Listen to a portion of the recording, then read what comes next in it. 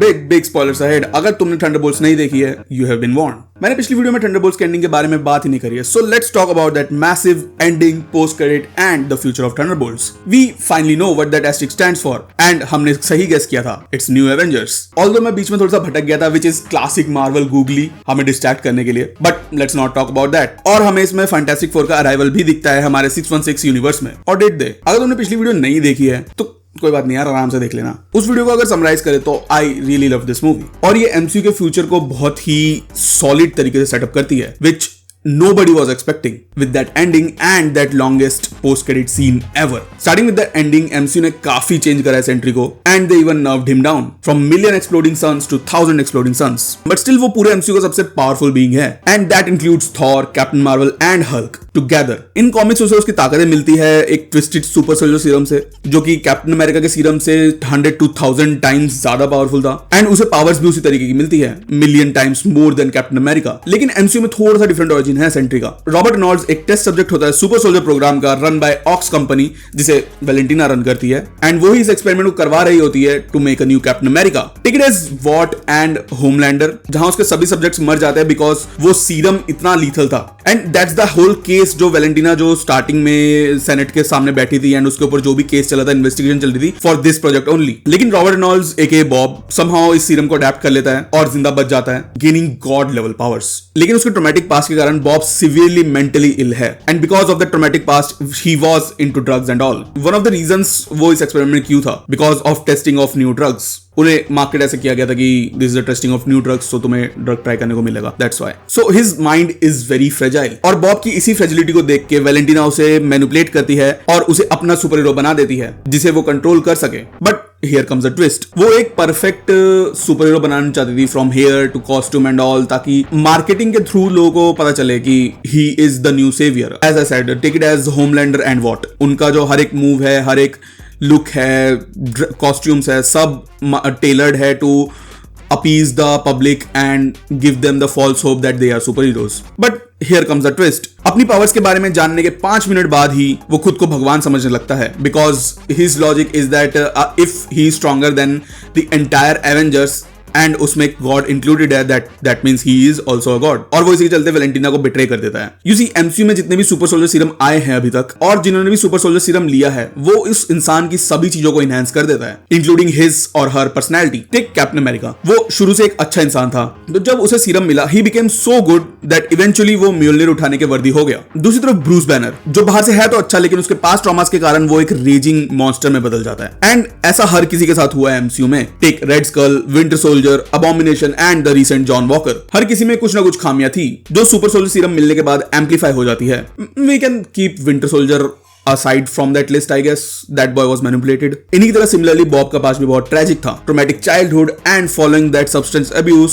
उसकी वजह से ही suffer from severe depression, and जब उस पे ये एक्सपेरिमेंट किया गया तो उसके इसी डिप्रेशन को एक फॉर्म मिल गया जिसे हम वॉइड बुलाते हैं, जो कि बहुत ही ज्यादा पावरफुल है और उतना ही डेंजरस। तो वेलेंटिना टेक्निकली किल्ड बॉब खुद को बचाने के लिए, लेकिन वॉइड टेक ओवर कर लेता है और वो पूरे न्यूयॉर्क को अपने अंधेरे में लपेट लेता है, जिस अंधेरे ने उसको उसकी पूरी जिंदगी घेर रखा था। To simplify this, void physical form है बॉब के डिप्रेशन का, उसके अंदर के खालीपन का और अंधेरे का, जो उसे खाए जा रही थी अभी तक। और यही अंधेरा कहीं ना कहीं हमारे थंडरबोल्ट्स में भी था, because of their traumatic past, जिन्हें यूज किया गया, ब्रेन वॉश किया गया, गंदे काम कराए गए उनसे दूसरों के लिए, and it makes it more personal for them to help Bob, जो बॉब की ही डार्कनेस की वजह से वो सब फेस करते हैं और ओवरकम करके बॉब तक पहुंचते हैं वॉइड के अंदर। It would have been cool if हर किसी का हमें देखने को मिलता how they are fighting their own past, जैसे एलेना का दिखाया था, but it's okay, we know their time crunch, but I guess अगर ब्लूरे डिस्क जब निकले, डीवीडी कलेक्शन ने, तो डायरेक्टर्स कट में दिखाया जाए, because we know that they shot that. अब वॉइड के अंदर बॉब अपने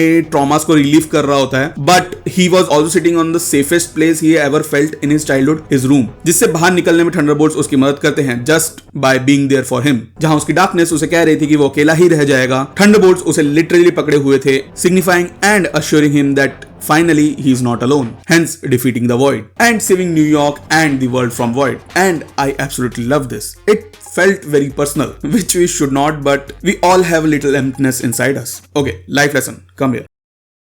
If you feel like this, feel alone, feel sad, feel guilty for things you should not, feel worthless, or think about death or suicide, please don't give up. There's always a way out. Talk to someone, तुम्हारे दोस्त, your parents, जिसके साथ भी तुम comfortable हो, talk to them and get professional help if needed. Just don't give up. Everything will be alright. और यही message ये वीडियो और ये मूवी तुम्हारे तक पहुंचाना चाहती है, that you are not alone. काफी सीरियस हो गया नहीं? Okay, let's get back to that ending. जैसे जैसे थंडरबोल्ट्स लोगों को बचा रहे थे वॉइड के अटैक से, वो लोग उन्हें अप्रिशिएट कर रहे थे. And Valentina notice that and she realize that कि सेंट्री का उसका प्लान फेल हो चुका था, क्यों ना इन्हें ही वो अपने सुपर हीरो टीम बनाए instead of just a single super hero. And फिर धोखे से वेलेंटिना पूरी टीम को मीडिया के सामने खड़ा कर देती है and naming them the new Avengers. Civil war में पूरा कॉन्फ्लिक्ट ही था एवेंजर्स का, that should Avengers be controlled by government और नॉट, जिसमें गवर्नमेंट ऑफ कोर्स फेल हो गई थी. But after end game there's no Avengers anymore. उसके बाद गवर्नमेंट फिर ट्राई करती है to take control this whole superhero shenanigans with John Walker as Captain America, but वो भी miserably fail हो जाता है. और अब वेलेंटिना थंडरबोल्ट्स को as new Avengers introduce करती है to the world, जिसको पूरी बैकिंग गवर्नमेंट की तरफ से मिल रही है, because Valentina is CIA's director. The team includes Bucky, Yelena, Ava, John, Alexei and Bob. And once again, the old Avengers Tower became the new Avengers Tower. And that's the ending explained of Thunderbolts or the new Avengers. But you and I both know why you clicked on this video. Let's talk about that long ass post/end credit scene. ये post credit scene movie के events के 14 महीने बाद set है, जहां ये लोग अब हर जगह हैं मार्केटिंग की वजह से, on serial box, ads, memes and everywhere. कुछ लोग इन्हें पसंद कर रहे हैं और कुछ लोग नहीं. And everybody has new suits. They are sort of like celebrity superheroes, like your 7 from The Boys, but they are doing good work. Let's just clear that. And for some reason Walker still using his bent shield. इतना budget होने के बाद भी भाई साहब को एक नया शील्ड ही मिला. बट यहाँ हर कोई बात कर रहा होता है how Sam Wilson is sewing them for Avengers copyright, क्योंकि वो कैप्टन अमेरिका है. बट यहाँ पे ये क्वेश्चन था why, because government assigned them as the new Avengers and Red Guardian came up with the classic marketing solution, replace S with Z, making them the new Avengers.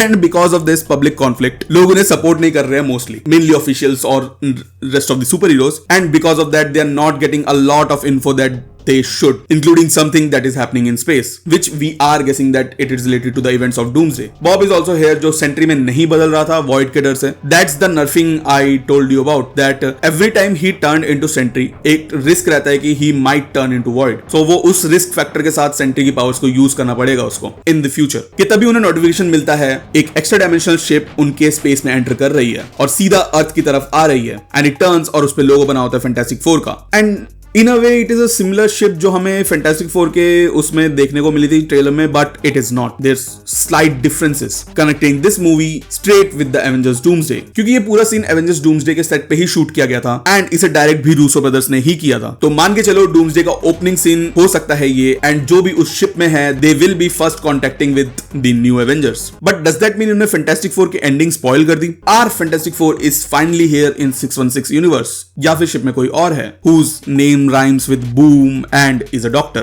इसके बारे में हम जानेंगे नेक्स्ट वीडियो में, so subscribe to this channel. बाकी video कैसी लगी तुम्हें कमेंट्स में बताना. क्या तुमने थंडरबोल्ट्स देख ली and what is your experience? Comment down below. Channel पे नए हो तो check out my other videos and then subscribe to my channel. Until next time, keep kicking out.